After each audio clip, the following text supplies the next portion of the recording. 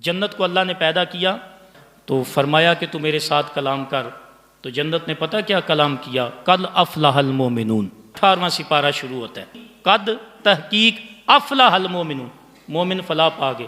مومن کس کو کہتے ہیں؟ وہ بخیل ہو سکتا ہے، بزدل ہو سکتا ہے، لیکن جھوٹا نہیں ہو سکتا۔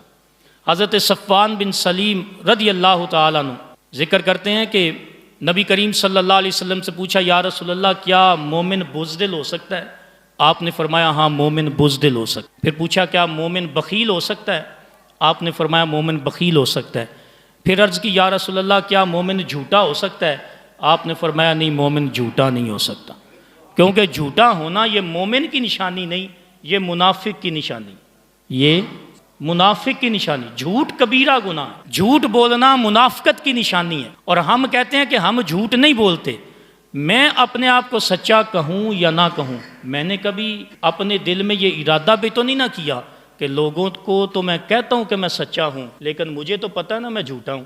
ارادہ بھی تو نہیں نہ کیا کہ میں اب اللہ سے توبہ بھی کر لوں۔ تو علامہ اقبال کہتے ہیں کہ زبان سے کہہ بھی دیا لا الہ تو کیا حاصل، دل و نگاہ مسلمان نہیں تو کچھ بھی نہیں۔ لوگوں کو آپ اپنی تصویر جیسی دکھاتے ہو ٹھیک ہے، آپ لوگوں سے بچنے کے لیے اپنی تصویر دکھاؤ لوگوں کو، لیکن اللہ کو تو تصویر صحیح دکھاؤ نا۔ اب جو بندہ اللہ کے سامنے مان ہی نہیں رہا کہ میں جھوٹا ہوں، بتاؤ اس کی توبہ قبول ہوگی؟ تو میں آپ کی توجہ صرف اس طرف دلانا چاہتا ہوں، توبہ کا مطلب ہے اپنے رب کے ساتھ اقرار کر لینا کہ واقعی میں گناہ گار ہوں، اور جو گناہ کیے ہیں انسان نے اس پر شرمساری کرنا۔ ہم تو کسی کے سامنے شرمندہ نہیں نہ ہوتے۔ اللہ کی ذات وہ ہے انہ هو السمیع البصیر، وہ دیکھتا بھی سب سے بہتر ہے، سنتا بھی سب سے زیادہ ہے۔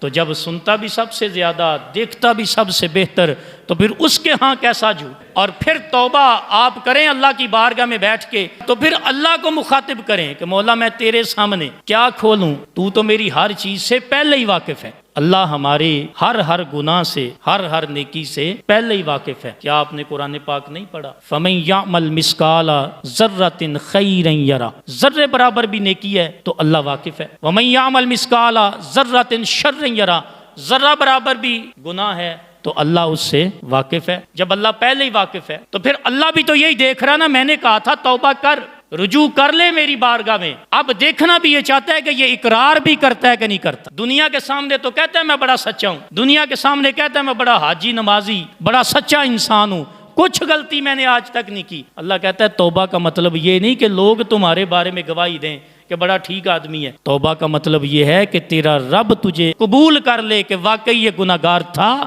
لیکن غلطی ماننے کے بعد اب اس نے میرے ساتھ صلح کر لیا، جوڑ لیا۔ پہلے اس کا جو گروپ تھا وہ اولئک حزب الشیطان تھا، یہ شیطان کے گروپ میں تھا، لوگوں میں وسوسے ڈالتا تھا، لوگوں میں فساد ڈالتا تھا، غیبت کرتا تھا، لوگوں کی چغلیاں کرتا تھا، ہر جگہ پر بیٹھتا اپنی نیکیاں بیان کرتا، لوگوں کی عیب جوئی کرتا تھا۔ لیکن آج آ کے کہہ رہے یا اللہ تو جانتا ہے میں نے واقعی گناہ کیے، لیکن میں مان رہا ہوں اس سے اب میں چھٹکارا چاہتا ہوں۔ تو اللہ چاہتا ہے کہ حزب الشیطان سے نکل کر تو حزب الرحمن میں آنا چاہتا ہے، تو کام ایک ہی کر، پچھلے گناہوں پر شرمندگی اختیار کر، مان کے میں نے گناہ کیے ہیں اور آئندہ میرے ساتھ وعدہ کر کے میں گناہ نہیں کروں گا، تو تیرا رب تیرے ان گناہوں کو نیکیوں میں بدل دے گا۔ فَأُولَئِكَ يُبَدِّلُ اللَّهُ سَيِّئَاتِهِمْ حَسَنَات، اس کی تفسیر پڑھیں آپ۔